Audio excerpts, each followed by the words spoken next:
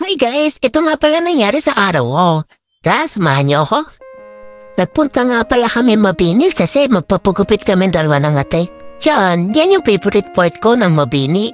Yan yung barangay San Francisco. Sobrang ganda, kita-kita yung bundok. Pazigzag din kaya medyo nakakaliyo.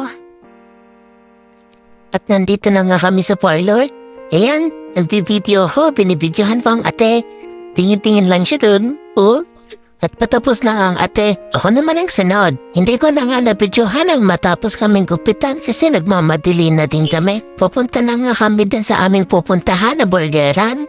Yan ay ang Explosive Burger. At naglalakad na nga kami. Ayan, patawid na kami. Tingin muna sa daan. Tawang-hawak lang ang ate habang kami tumatawid. Uy, tingin muna sa daan. Yan, takbo! At ito na nga yung plaza ng Batangas. Diyan kami dadaan papunta sa burgeran. Medyo magulo ang video.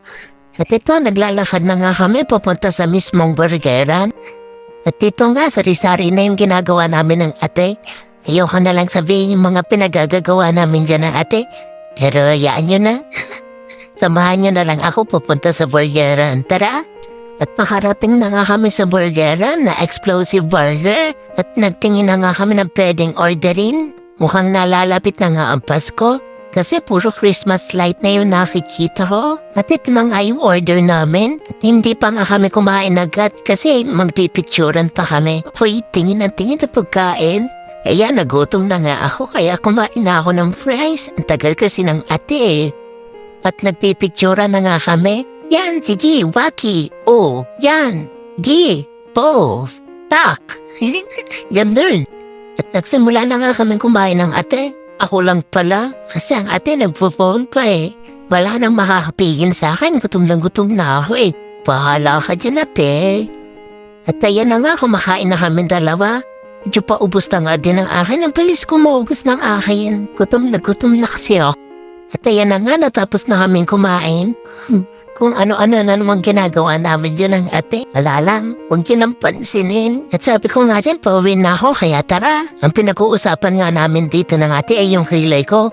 Napakapal kasi. Hindi nga pala ako naglagay niyan, nabiyabit lang ako ng mga nagkikilay dun sa mall.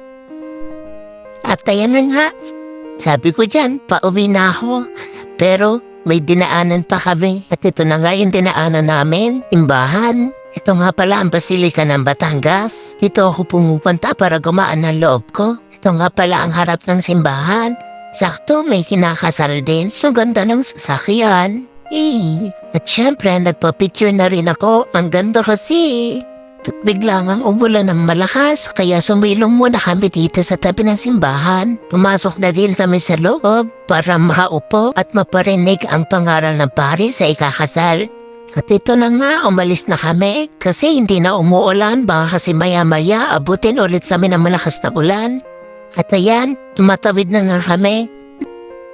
Hawak kamay muna kami ng ate, baka mawala ang isa. Yan nga palang ate, binibidyohan ko siya. Yan na nga nangyari sa araw ko. Kaya, bye-bye! See you on my next video!